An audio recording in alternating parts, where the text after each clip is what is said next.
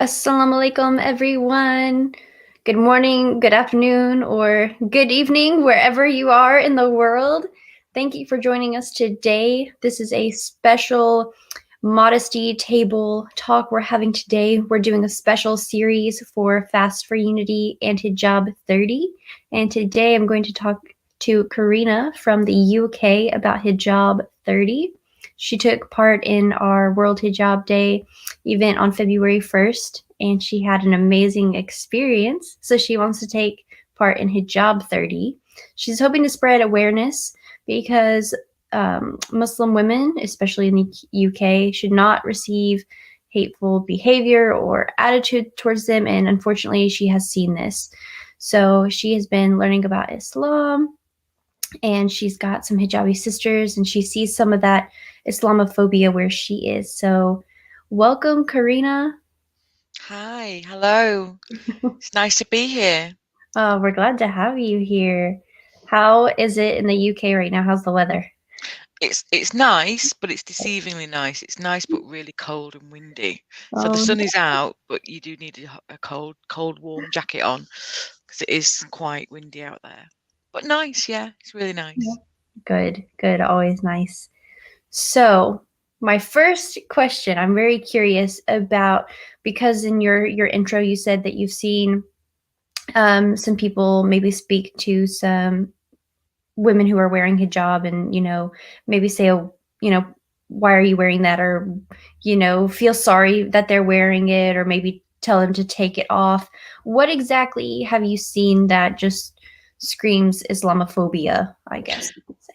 So I come originally from a seaside town in the UK where a lot of Muslims like to go on holiday in the UK with their families and their children because it's a seaside resort and it's very nice to go to when you've got a big family and just the other side of that seaside town is very dark and lots of people go there for drinking and partying as well.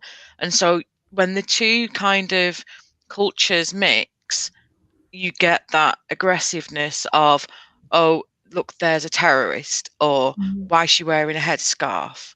Um, this is the 21st century, women shouldn't be oppressed. And I've even moving to the Midlands in the UK, I've even seen, young lads go up to girls who are together in groups and try and pull hijab off some girls as well. And it's it's not nice, and I think that the whole society in the UK doesn't help with the government and what some people in the government said. I mean, I think it was 2019 when our own now Prime Minister actually said that a woman wearing a niqab is akin to a letterbox, um, which then the profile of that comment meant that racial and Islamophobic acts of crime doubled in the matter of weeks. Um, but when you see these young families and you see these trying to have a good time with their children, um, the effects that it has on those families is is just so awful. And all they're doing is trying to have a good day and a good time, and it just takes that one person just to comment and say something to that woman, the mother, and her daughter will then see that, and then the daughter will be like, "Well, I don't want to wear hijab," when they should be proud of their culture and their religion as well.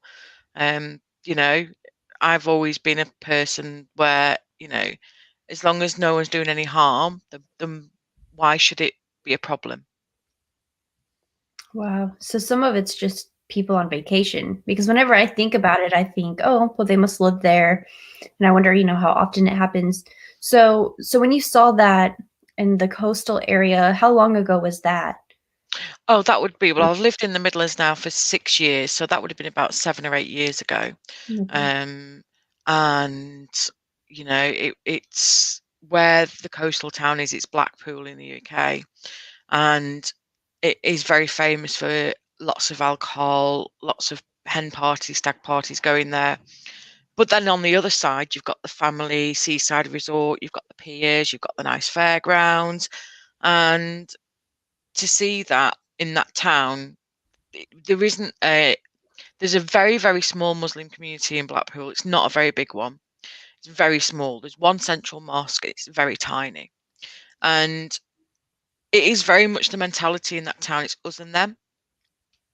And it's only when I moved to the Midlands, I realised how damaging that kind of mentality is, especially when you're living in a multicultural society. And that's what inspired me to learn more about Islam and obviously support my Muslim sisters. Wow. Well, I'm glad that you were inspired to do that.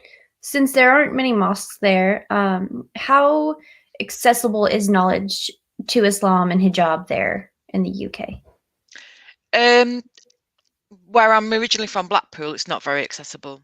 Mm-hmm. All that is accessible is the media rhetoric of, you know, the extreme views of Islam or the extreme views of the society and the papers. That's all you ever see. Moving to the Midlands, where there are a lot of mosques, where there are a lot of Muslims living here. You know, I work alongside a lot of Muslims in my work, and I'm grateful that I do because they're all lovely people. And that's where my education started. When I lived in Blackpool, there was no knowledge. You saw the mosque and you saw a few Muslims that lived there who maybe had businesses or, you know, drove taxis and things or worked alongside you in shops and things. But it was a very much us and them mentality there. And it's quite eye-opening that, you know, the more diverse the community is, the more accessible knowledge is on the religion, on Islam and why, you know, women choose to wear hijab. And it's quite shocking that even today in such a Western country that there are still spots of the country that aren't accessible to finding out the truth behind Islam and having the kind of inspiration just to have a read of the Quran or speak to a Muslim and say, you know, why do you do this? Or, you know, what is Ramadan? Or what is the whole meaning behind Eid? And, you know, there is Mm-hmm. no opportunity to do that where I was from. And it's only living in the Midlands where I've spoken to my fellow Muslim colleagues at work and learned, and it's opened my eyes massively. That's great. So it's good that there's some mosques and things around there, but it is unfortunate that so many people only see things in the media. And I feel like, you know, I grew up in the US and I grew up in a very small town. And so we didn't have any accessible way to any access to knowledge about Islam. I think I remember sitting in history class and I feel like it came up and it's just very brushed off. It's Mm, like people don't want you to learn about other religions. They only want to talk about, you know, Christianity, for example. And so it is difficult. And then when there aren't any people around who are Muslim, you know, the only thing you see is the media. And then sometimes, you know, if you fall down the wrong rabbit hole on YouTube, you get people who are just kind of spewing hate as well. So even when I was learning about Islam before converting, I tried to stay away from YouTube and go directly to the source and talk to people because I ended up becoming friends with Muslims. And I kept telling my family, I said, Muslims are the nicest people I've ever met. So I could definitely understand where you're coming from there on that aspect. So I wanted to talk to you about your experience a little bit when you participated in World Hijab Day this year. How did you learn about World Hijab Day? through Instagram. Instagram. Okay. Yeah, Instagram.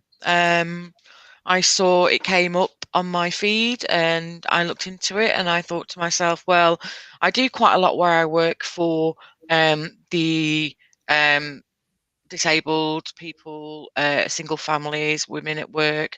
I work for a very big company, so and I also help out a lot with the BAME group that we have there as well. And while we're not working in the office at the moment and we're all working from home, I am still working in the office, unfortunately.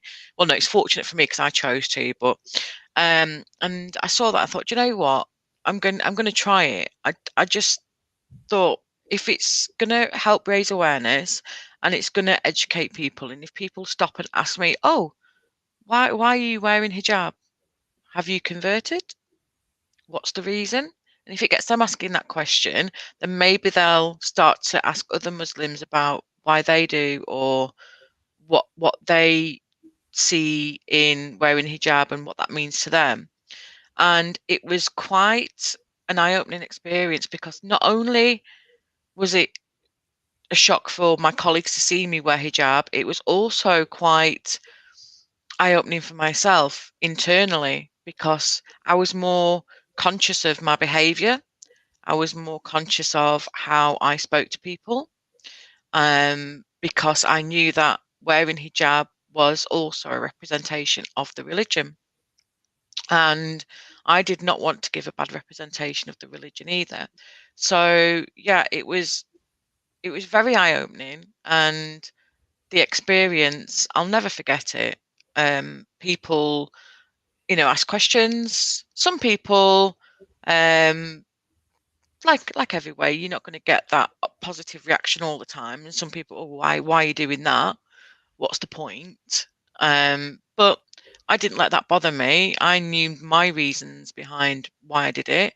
And if it just meant that one person or would go and read into Islam, or have a look into, you know, the choice that women make of wearing hijab, and not follow the rhetoric of it's a compulsory thing, or that women are forced to do it. Um, and it's also opened my eyes, because I've watched films about Saudi Arabia, how more open that country is, not believing the media rhetoric about Saudi Arabia or other Muslim countries where women are supposedly forced to wear hijab or niqab and forced to wear abayas, where that's not the case. And it's kind of led me to be more educated about the religion and other countries and their cultures as well, so that when I do meet somebody who's Saudi, I will understand what their culture is, and how their country is taking that approach. Or likewise, if I meet someone who's from Pakistan, you know, it's a completely different culture, but the same religion. And again, I'll understand their reasons and what they feel. And I think that's what it's about, just educating yourself as well. And it really did educate me massively, massively. That's great. And that's the purpose, is it's kind of like a walk in your shoes type of thing. We want people to understand. And I remember when I first did it myself, and I was very nervous because I thought, I don't know how I will be treated. And there was very little negativity, but I was very lucky, I think, in that aspect. But there were people who kind of made that snide remark, like, what are you doing? Like, why are you doing this? Like, it was kind of like this funny thing to them. So it sounds like you kind of surprised your coworkers. You didn't really warn them or anything, but I'm glad that you had a good experience. um how does it feel to when you wear the hijab? Like, I don't know how to ask, I guess, more in depth, but when you're out in it, were you nervous when you first stepped out into public in it at all? Oh, yes. Yes. Okay. Yes.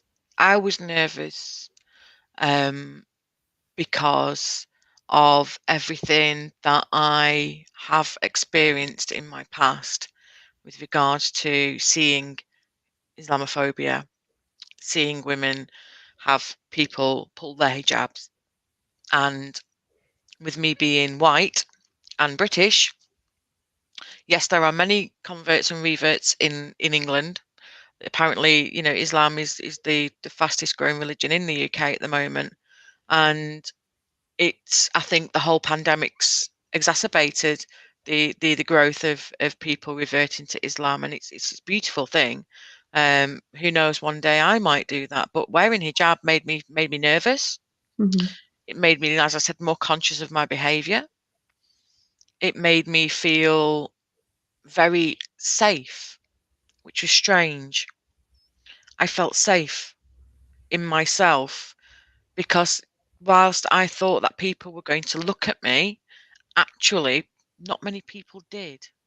And that was also a strange feeling as well, that yes, well, I did get the few looks on the train, and but walking through the streets of Birmingham, I just felt like I was safe, and it was very strange, surreal feeling that having hijab on made me more conscious of my behavior and made me feel safe. It was very strange and something that I'll never forget.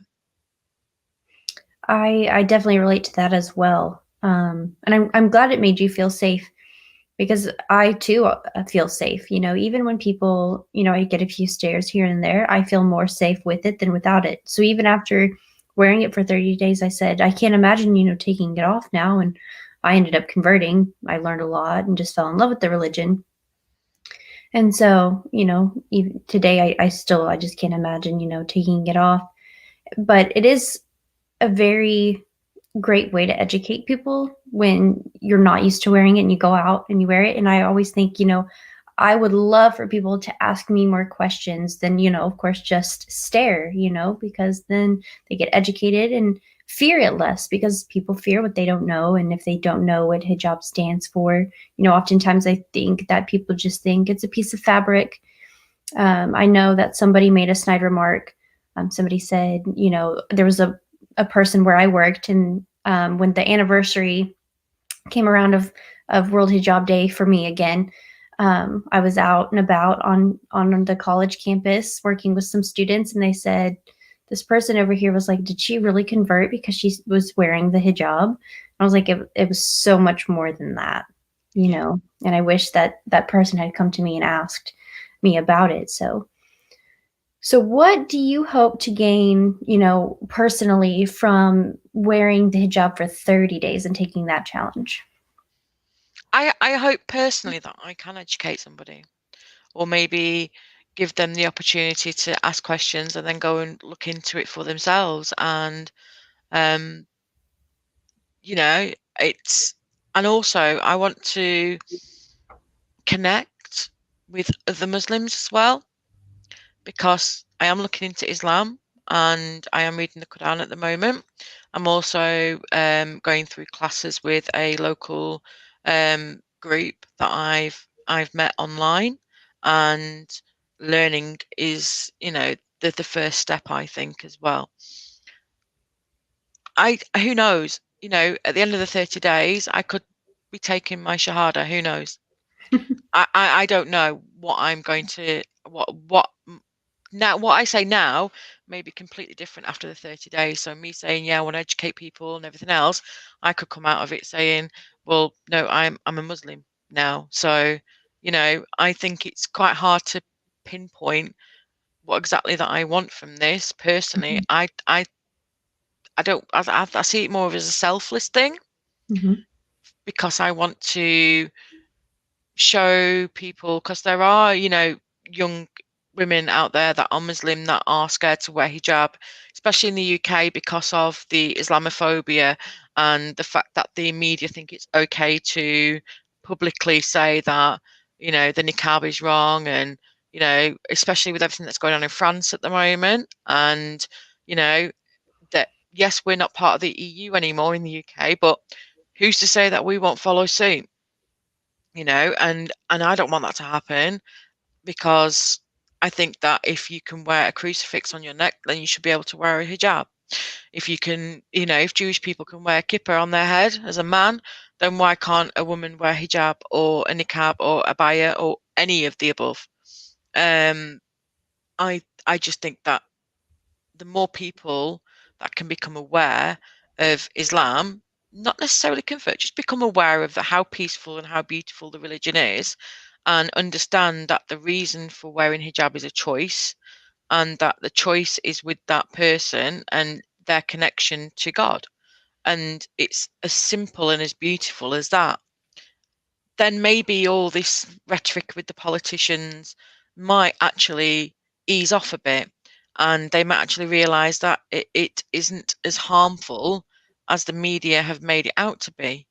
Um, I just don't understand where it's come from after educating myself. I I really don't understand why France has gone this way, why there's other countries in the EU that are are discriminating and breaching that person's human rights to a religion. It's one of the fundamental human rights is that, you know, you can marry, you can have a home, you can have a life, you can have a religion, and they're taking away those human rights. So if it means that I'm going to stand up for all of those things, then so be it. But who knows? Who knows at the end how I'll feel, and who knows, you know, I'm doing this for everybody else. I'm not just doing this for myself. I'm doing it for all those young girls out there who are scared to wear hijab, for all those women. I mean, I watched a program the other day on the news, and this woman said that she felt so scared to wear hijab she doesn't wear it anymore. And this is in the UK. Why should a woman feel scared to wear hijab in the UK? It really, really upset me, that did. And so it's for her and for everybody else really that are scared to wear it, and to love their religion, and to be proud of who they are, and be proud to wear hijab or burqa or niqab. You know, I think everyone should be proud, just like a Christian's proud to wear a crucifix, or just like a Jewish person's proud to wear a kippah. I think, you know, Muslim women should have that feeling safe that they can wear hijab and be proud.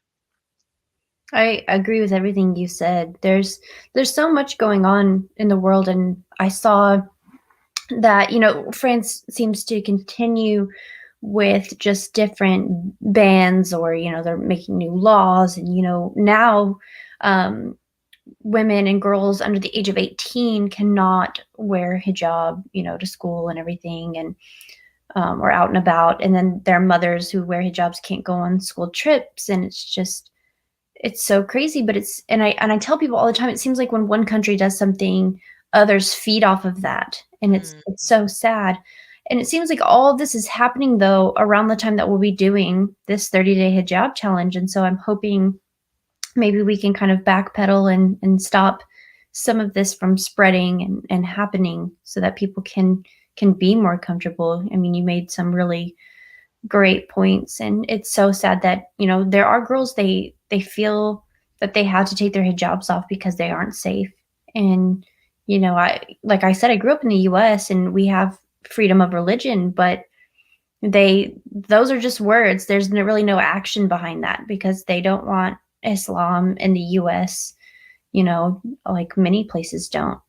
And so it just goes back to educating people, and having them understand, for example, while we do these fasting challenges and these hijab challenges, World Hijab Day is not trying to convert anyone. We simply want the people who are Muslim to feel comfortable wherever they are, wearing what they want. And, if it leads to people becoming Muslim, then that's great too. But that's not our goal. Our goal is to try to bring awareness and make people feel more comfortable, So there's just, wow, everything you said was very powerful. So I know that you said, you've gone to work wearing hijab, and you've gone out. So did any like of your like close friends or any family see you with it on? Yeah, And yeah. what was the reaction? Yeah. Yeah, my mother, unfortunately, she passed away recently, but before she did, she saw me with hijab, and she was like, as long as you're happy, do what's right for you. Unfortunately, my sisters are very much um ingrained in the political rhetoric of, um especially in the UK, we have like, oh, Muslims are all child abusers, and terrorists and extremists and everything else, and and they're all into that. And all I'm doing is slowly and surely just dropping those hints in, and just saying, yes, that's okay. So yeah, those people that did do that incident was Muslim, but what about this person here? What about that one there? They're not Muslim, they're white British people. And just trying to get them to realize that what everything is in the media isn't always the truth. um they said they wouldn't have a problem if I did convert, but I still know deep down that my sisters don't really understand Islam, or you know have many interactions with many Muslims because they're still in my hometown. So I think that for them, it's just a case of they'll accept it, but don't want to learn about it. Okay, I see. Unfortunately, that happens to so many people who end up converting or simply participating, family, friends, they don't understand. And sometimes, it takes time. And there's some people, their families never come around to it exactly. They might still welcome that person, for holidays and things, but they're not comfortable with it. Or and then there are people whose families end up converting. It's like two ends of the spectrum. And so, my family was supportive for me, but I could tell it was very odd for them. And they live in small towns where there's just not really exposure to the religion other than what they see on, like national, news. And it's never in a good light. And the media really just plays such a huge role in the negativity constantly. And that really makes me sad. And you mentioned earlier, like Saudi Arabia and other people from other countries and, culture and religion as well. And I feel like so many people who judge people from other countries haven't been there. They haven't experienced it. So I went to Pakistan back in December, and I absolutely had just a great time there, being in a totally, like Muslim country, basically. Which is even a term I try not to use very much. I say predominantly a Muslim country because there are Christians there. And I feel like so Yeah. many people don't think about that. You know what I mean? People often say, well, it seems like Muslims worship a different God than Christians and Jews because you say Allah. And I'm like, but that's the Arabic word, because Christians who live in like Egypt or, like Morocco, for example, they're going to use the exact same word if they speak Arabic. So I think that's just something else, traveling or getting to know somebody from another country, but a lot of people don't have access to that. So, will you also be going to work in the office during this whole 30 days as well? Yes. Okay, so you'll get to be in the office. I think it's really good that you get to do that because there are so many people stuck at home, and then there would be, less exposure and I guess less experience when it comes to that. So that's good. Did you tell anybody you would be doing it? Yes. So the security guard in our building, he knows that I'll be doing it. Obviously, just so I don't shock him when I turn up, and he's like, "Who are you?" Because he can only let certain people in at the moment. Yeah, I've told a few people in the office just so that they're not shocked this time. But I think they're a bit shocked that it's going to be for a whole 30 days, not just one day. So, yeah, and yeah, I'll be doing. We do like a monthly newsletter, so I'm doing a like a small blog for that as well. And also we have like a big, massive diversity and inclusion group as well in our company. So I'll be doing a write up for that as well, and just mentioning like a few of my experiences, but majority of it I'm just going to document on Instagram and also YouTube as well. So the majority of it I'm just going to like do random like reels on Instagram and things. And a lot of my work colleagues are on my Instagram, so that they'll probably get to see it as well, even if they're not in the office. So yeah, it's still daunting, even though I've done it once before. Um, I mean, I've only got one hijab, so I'm having to like look and shop for some, which I've never done before. I mean, I got mine off eBay, so I'm like trying to find some light ones for the summertime, and 'cause it's going to get warmer, and or I have no idea what to do or how. I think it was my friend who showed me how to do it the first time.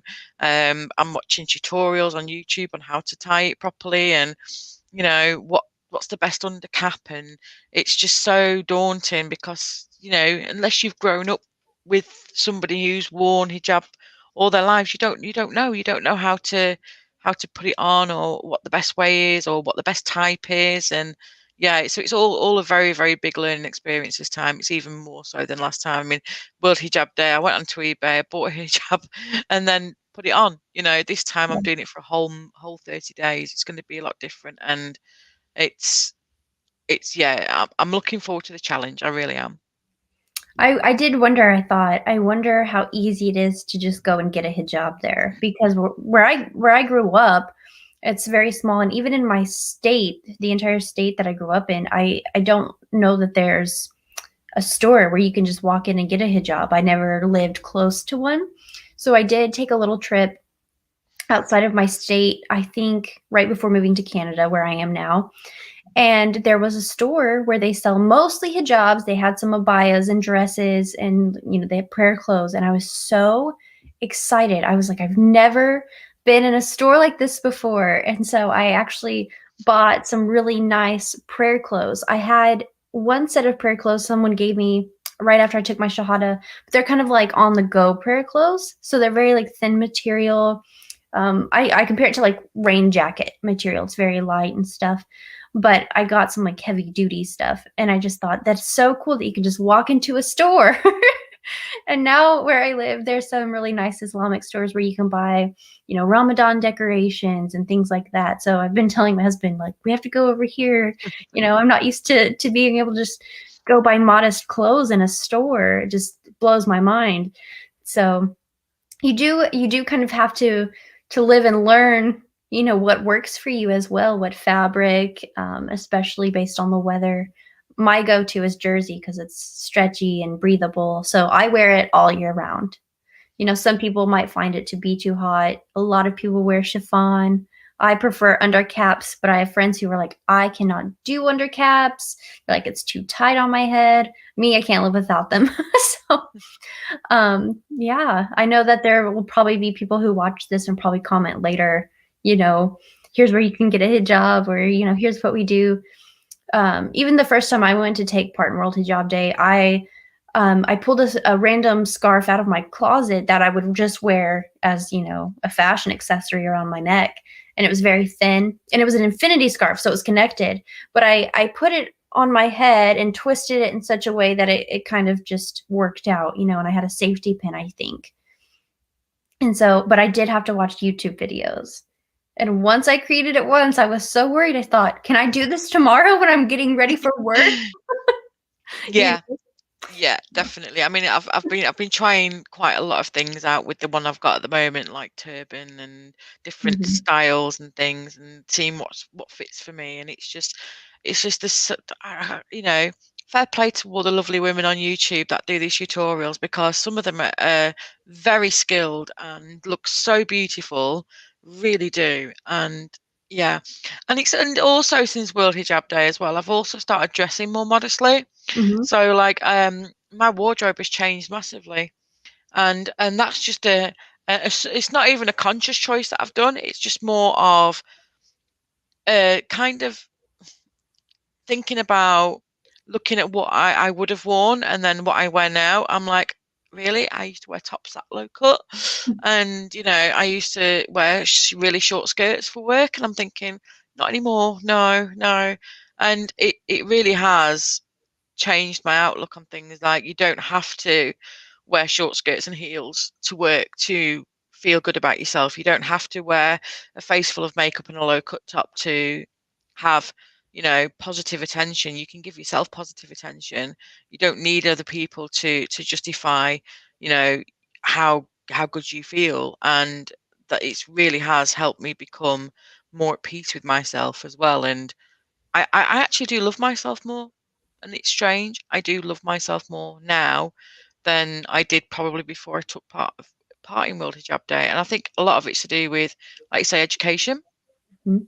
learning about the religion, reading the Quran, meeting friends, dressing more modestly, and it and also just being a part of a lovely community. I mean, some of the community that I'm in a part of at the moment, some of them aren't reverts, some of them are just wanting more knowledge, but some of them are reverts and are learning their first steps on their journey to Islam. And it's so lovely. It really is to have that lovely community. And you feel blessed. You feel blessed.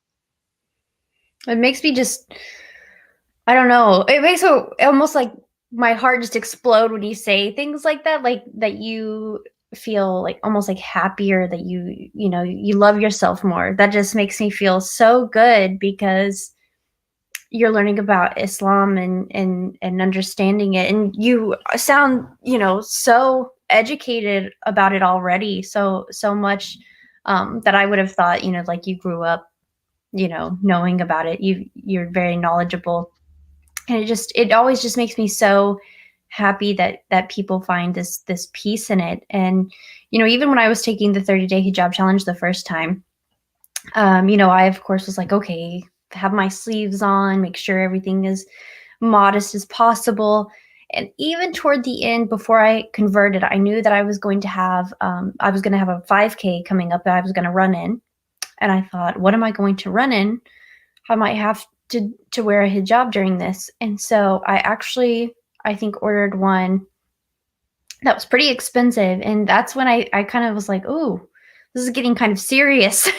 You know, I started wanting to buy more hijabs, even though I had never planned to convert. And honestly, looking back, I went to college with a girl. She was a white American. She wore hijab. She was Muslim, and never did I think, how is she Muslim?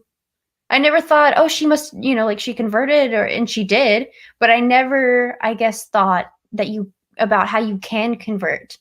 I was simply learning for the sake of being a better advocate. You know, you want to help your friends, and you want to be knowledgeable in it so that you can help others understand and things like that. And so it's always just so heartwarming, to hear that people feel good, you know. uh, just it makes me so emotional. This is only the second interview we've done so far, and I was like emotional at the last one. I was like, I could just like cry. Oh, okay. Whew.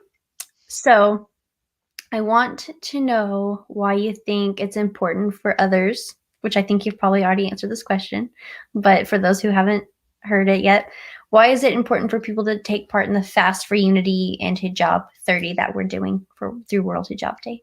I think it's important because put yourself in the shoes of somebody who's scared to embrace their religion for fear of being attacked verbally or physically, and just think, if you were told you can't do that outside, you can only do it in your house because somebody will put you down, make you feel worthless, make you feel like you don't belong, when actually it's quite the opposite. I think that if people take part in these activities and these challenges, you're showing those that want to subdue somebody's religion, who want to attack somebody's religion for with the basis of media rhetoric and, you know, ill-advised knowledge that they've got, thinking that it's okay to do this. Then being a part of these challenges means that you'll be able to stand up and show people that it's okay to love your religion. It's okay to be a part of a community and a family where, you know, you are proud to wear hijab, or you are fasting for the month of Ramadan for your own, you know, reasons to advocate those that do it every year of their life or every day of their lives.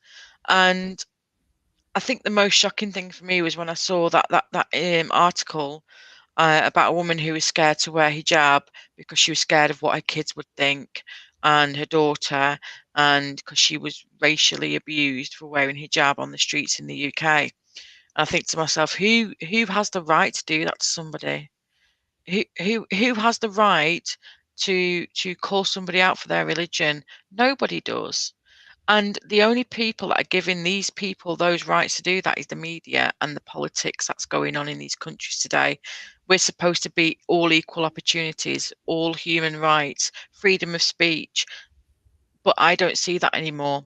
And the only way that people will learn and will, you know, be there for their Muslim sisters and brothers and their neighbours is to educate yourself, take part in these activities, and challenges, see it for yourself, see how it makes you feel.